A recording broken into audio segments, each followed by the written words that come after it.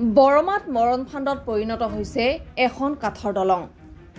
দেশে স্বাধীনতাৰ ৭৮ বছৰ অতিক্ৰম কৰিলে, কিন্তু আজিলৈকে উন্নত নহল বৰমাৰ বিভিন্ন অঞ্চলৰ যাতায়াত ব্যৱস্থা। নিৰ্বাচন আহে আৰু যায়, কিন্তু চৰকাৰে দিয়া প্ৰতিশ্ৰুতি হৈয়ে ৰয়। বাক্সা জিলাৰ বৰমা সমষ্টিৰ অন্তৰ্গত হকপুৰ মেদাখাটৰ পৰা বৰমা সংযোগী মূল গড়কাপ্তানি পথত থকা এখন ভগ্ন কাঠৰ দলঙে জিয়াটো ফুকাইছে অঞ্চলবাসীৰ ৰাইজক। বহু বছৰ এই ভগ্ন দলঙেৰে বিপদসংকুল যাতায়াত অঞ্চলবাসীৰ।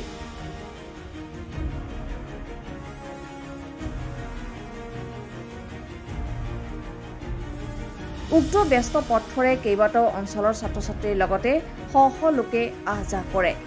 ইতিমধ্যে ভগ্ন কাঠৰ দলঙত সংঘটিত হৈছে কেইবাটাও সৰু বৰ দুৰ্ঘটনা। দীৰ্ঘদিনে দলং মেৰামতিৰ দাবী জনাই অহাৰ পিছতো কোনো এখন চৰকাৰে গুৰুত্ব নিদিলে অঞ্চলবাসীৰ দুখ দুৰ্দশাৰ। ভগ্ন দলংখন প্ৰতিবছৰে বাঁহেৰে নিজে নিৰ্মাণ কৰি আহিছে অঞ্চলবাসীয়ে। এই ক্ষেত্ৰত অতি শীঘ্ৰেই ব্যৱস্থা গ্ৰহণৰ দাবী জনাইছে স্থানীয় ৰাইজে।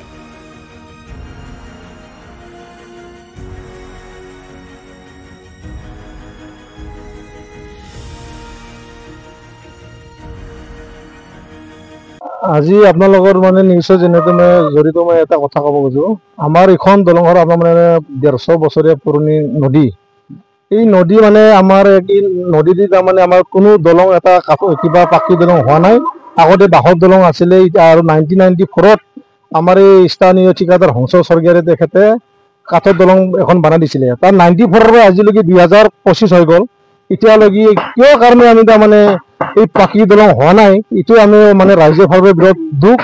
আৰু আমি যিমান আমাৰ ইলেকশ্যন আহে, ষ্টেটৰে হওক বা BTCৰে হওক, আমাৰ গাঁওখনে চবেই মিলি কিনে কাৰোবাক এটা হ'লেও ভোট দিয়ে।